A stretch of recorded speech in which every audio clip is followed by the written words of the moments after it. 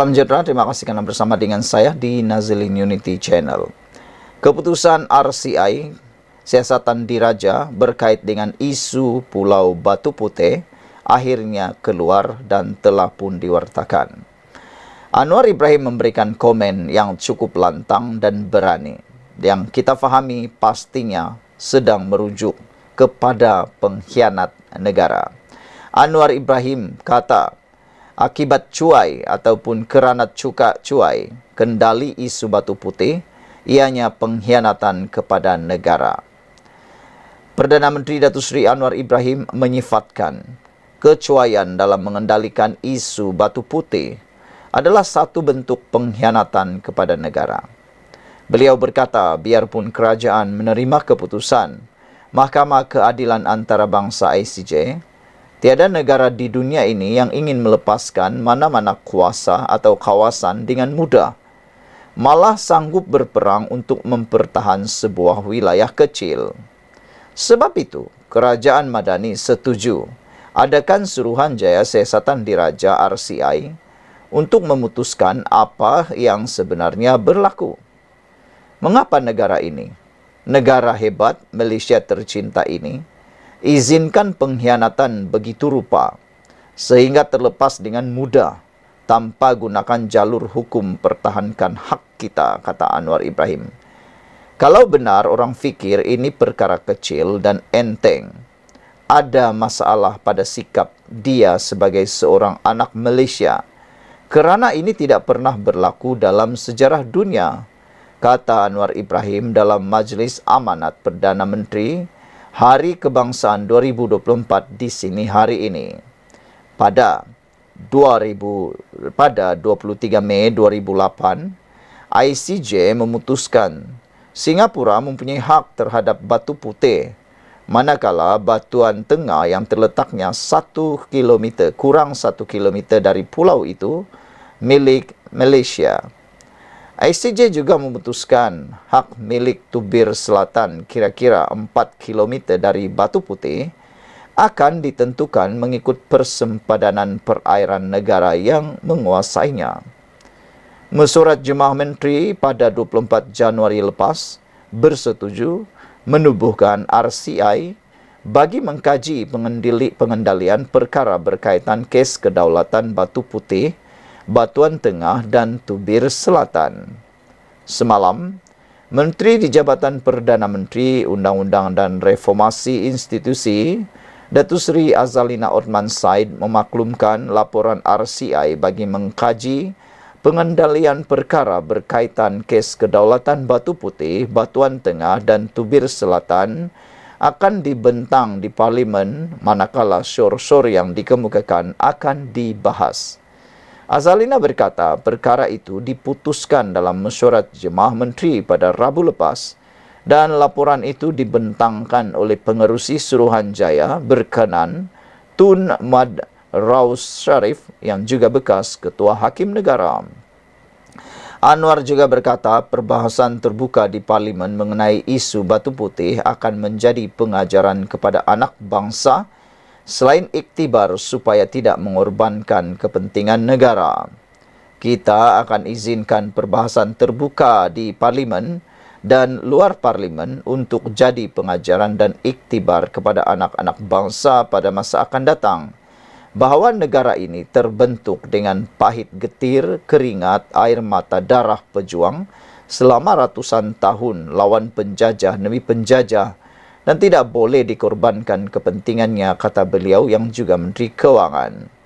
Beliau turut menitipkan nasihat kepada golongan muda agar sentiasa mempunyai semangat kemerdekaan dengan memperbanyak pembacaan dan mempelajari sejarah untuk terus mengangkat martabat negara. Seramai 7,000 orang hadir ke majlis itu yang diterajui Kementerian Perpaduan Negara dan turut diserikan dengan persembahan istimewa kanak-kanak tabika perpaduan yang berkisarkan elemen rukun negara serta bicara eksekutif kedaulatan negara, tanggungjawab bersama bagi mengimbau insiden Lahad Datu. Saudara-saudara sekalian, RCI Batu Putih telah pun keluar dan akhirnya kita akan ketahui apa sebenarnya yang berlaku. Nah, tunggu sekarang ialah apa jawaban Tun Mahathir terhadap isu ini. Jumpa lagi. Salam sejahtera, terima kasih karena bersama dengan saya di Nazilin Unity Channel. Jangan tohmah, fitnah institusi raja dalam isu politik. Itu titah Sultan Selangor. Siapa yang ditujukan oleh Sultan Selangor ini? Titah ini jelas bukan sekadar untuk pihak pembangkang, tetapi juga pihak kerajaan dan seluruh rakyat Malaysia. Isu 3R berkait raja, kaum tidak patut dijadikan politik. Isu raja dan kaum tidak patut dijadikan modal dalam kempen. Hal ini kerana ianya tidak membawa apa-apa keuntungan. Itu hanya merugikan ramai pihak. Pada pendapat saya secara pribadi, carilah modal kempen dalam kempen yang tidak menyentuh 3R. Masih banyak modal-modal lain yang boleh dikenakan, yang boleh dijual semasa kempen. Tapi biasalah, apabila sudah kehabisan modal, apabila sudah kehabisan isu, nak buruk-burukkan orang, nak fitnah orang, nak maki hamun orang, dah panik, tak boleh nak lakukan apa-apa lagi. Apalagi, ungkitlah perkara-perkara 3R. Itulah kebiasaannya. Tapi akhirnya, apa yang terjadi? Ada yang terima pada, kena akta hasutan. Awas, jangan sampai Anda kerugian.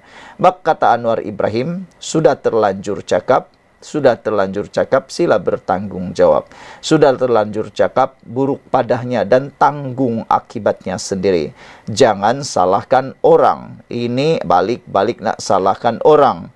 Padahal, bak kata Fahmi Fazil, kerajaan tidak campur tangan dalam laporan kes-kes hasutan kebelakangan ini, semuanya kerana ada laporan polis. Bahkan ada satu kes hasutan melibatkan Muhyiddin Yassin, sehingga 300 laporan polis dibuat untuk isu, satu-satunya isu itu, termasuklah laporan polis daripada Istana Pahang sendiri.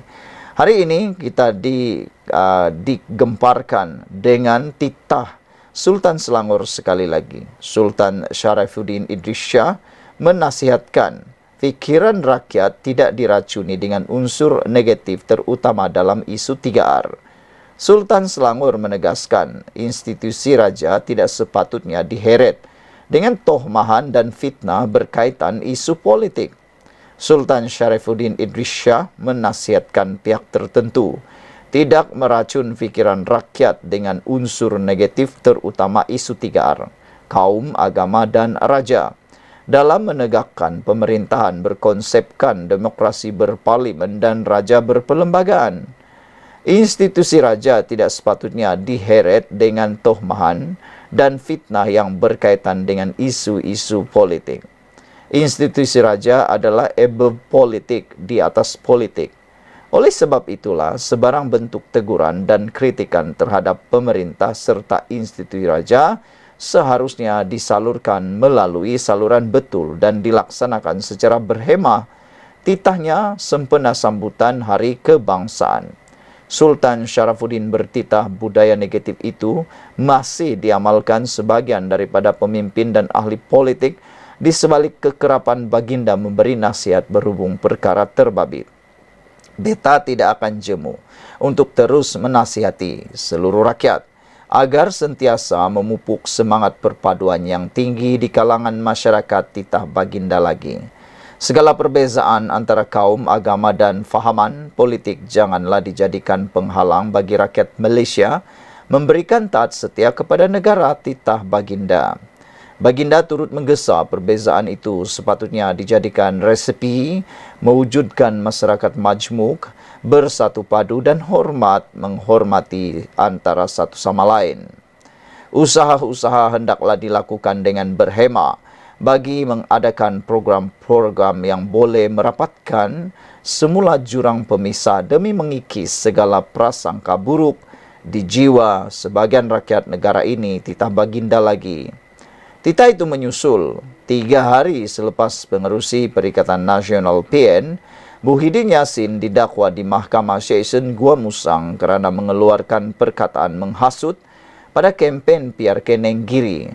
Kenyataan menghasut pada 14 Ogos itu berkenan dakwaan beliau yang tidak dijemput oleh Yang di-Pertuan Agong selepas PRU 15 bagi mengangkat sumpah sebagai Perdana Menteri, walaupun dikatakan mempunyai 115 sokongan daripada 222 ahli parlimen pada masa itu.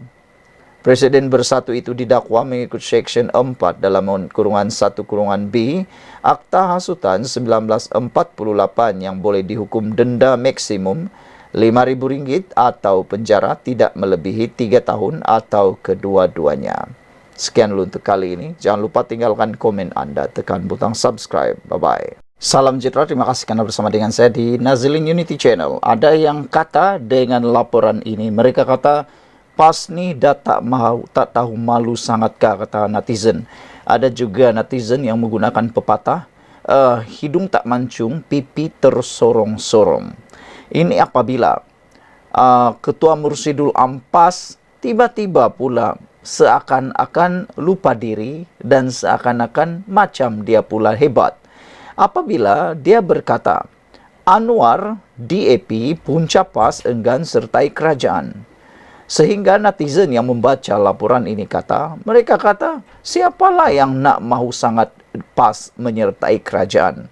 Dia sekadar mahu menunjukkan kononnya dia ini seperti rebutan. Padahal, menurut netizen, siapalah nak berebut sangat dengan PAS itu? Netizen kata, juga penganalisis politik bebas kata, biarkan PAS dengan labu-labunya.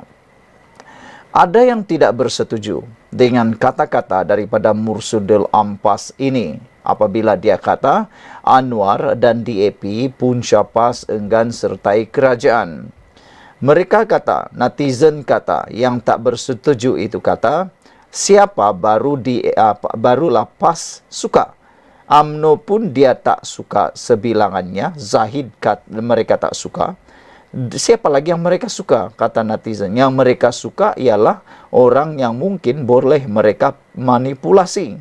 Biasalah mereka dah rasa mereka seperti abang besar, kata netizen. Lihat saja insiden terkini dalam PR Kenenggiri, kata netizen memberikan contoh. Apabila calon dalam PR Kenenggiri seakan-akan ditentukan oleh PAS. Bersatu sudah memberikan nama calon tetapi tetap diambil juga calon celup daripada PAS yang mana baru 2 hari menyertai Bersatu sudah pun dijadikan calon. Akhirnya terima padah, kalah teruk dan tersungkur di bumi sendiri. Anwar bukan punca PAS, DAP juga bukan punca PAS, enggan sertai kerajaan sebenar-benarnya. Sebenarnya, menurut netizen, PAS ini dia nak sertai kerajaan kalau dia menjadi abang besar. Itu je. Lagi pula, kata netizen, bila masalah Anwar dan DAP nak berkawan dengan PAS, PAS ni saja yang terhege-hege, hidung mancung, pipi tersorong-sorong, angkat, bakul, masuk diri sendiri, kata mereka. Ini apabila ketika muncul kabar mengatakan PAS ada membincangkan cadangan menyertai kerajaan perpaduan, pemimpin tertinggi parti itu dipetik lidah rasminya sebagai sedang memilih langkah sebaliknya. Silakan, kata netizen, jangan masuk kerajaan perpaduan, kata netizen. Menurut Mursidul Ampas, Hasim Jasin, parti itu tidak akan memenuhi ajakan untuk menyertai kerajaan seperti yang didakwa sesetengah pihak. Kata netizen, silakan. Tiada yang mahu menjemput PAS dalam kerajaan, kata mereka. Alasan Hasim kerana di dalam kerajaan sekarang ada Anwar Ibrahim dan DAP, yaitu pihak yang pernah menjadi rakan kerjasama PAS sebelum ini. PAS tidak akan memenuhi ajakan pihak-pihak tertentu termasuk daripada UMNO untuk bersama dan saudara sekalian, apa pula pendapat anda tentang kononnya PAS ini mahu dijemput? Pada pendapat beberapa netizen dan juga di ruangan komen, mereka kata tak perlulah PAS masuk dalam kerajaan. Itulah mungkin tindakan mereka berminat sangat nak masuk kerajaan apabila mereka sudah pernah merasai betapa nikmatnya bersama masuk dalam pemimpin kerajaan. Ramai juga netizen yang mereka kata tak perlulah jemput PAS ini kerana mereka sudah terbukti, kata netizen, telah terbukti PAS ini tidak mampu melakukan banyak pekerjaan, tidak mampu membuat kemajuan. Lihat saja semasa mereka berkuasa selama beberapa bulan dahulu bersama Perikatan Nasional. Apa yang sudah terjadi? Ada netizen yang memberikan ingatan, kata mereka, ada duta yang dilantik seperti makan gaji buta, kata mereka. Apa sumbangan, apa pencapaian duta khas itu? Tidak ada apa-apa pencapaian sama sekali. Hanya seperti makan gaji buta, kata netizen. Saudara-saudara sekalian, apabila Mursyidul Ampas itu berkata, yaitu Hasim Jasin kata, mereka belum ada lagi rancangan untuk masuk dalam kerajaan. Netizen kata itulah yang terbaik. Biarkan Anda terus jadi pembangkang, dan kalau ada rezeki mungkin menang pilihan raya, barulah bentuk kerajaan sendiri. Tidak perlu terhege-hege nak sebut Anwar Ibrahim, nak sebut DAP, kononnya mereka lah yang paling bagus. Padahal sekarang ini tiada sudah parti politik yang paling bagus. Semua parti politik ada saja yang terpalit dengan beberapa isu penyalahgunaan kuasa, kes rasuah, penyelewengan dan sebagainya. Termasuklah parti PAS sendiri yang kini mula terpalit dengan beberapa isu dan kes. Sekian dulu, jangan lupa tinggalkan komen Anda.